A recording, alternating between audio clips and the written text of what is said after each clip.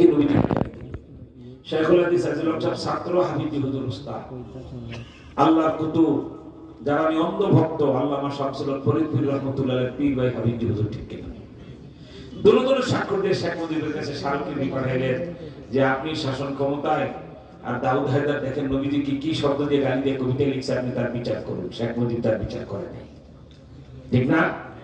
চলে গেলেন তিনি, আসলেন একজন সেনাবাহিনীর উর্দি পরে ভালো মানুষ, দেশপ্রেমিক, কোনো সন্দেহ নাই, যিনি বলছে যে আমি মেজর দিয়ে বলছি বলে যুদ্ধে ঝাঁপায় পড়েছিলেন, অবশ্যই তার পাওনা তাকে দিতে হবে, ঠিক কিনা?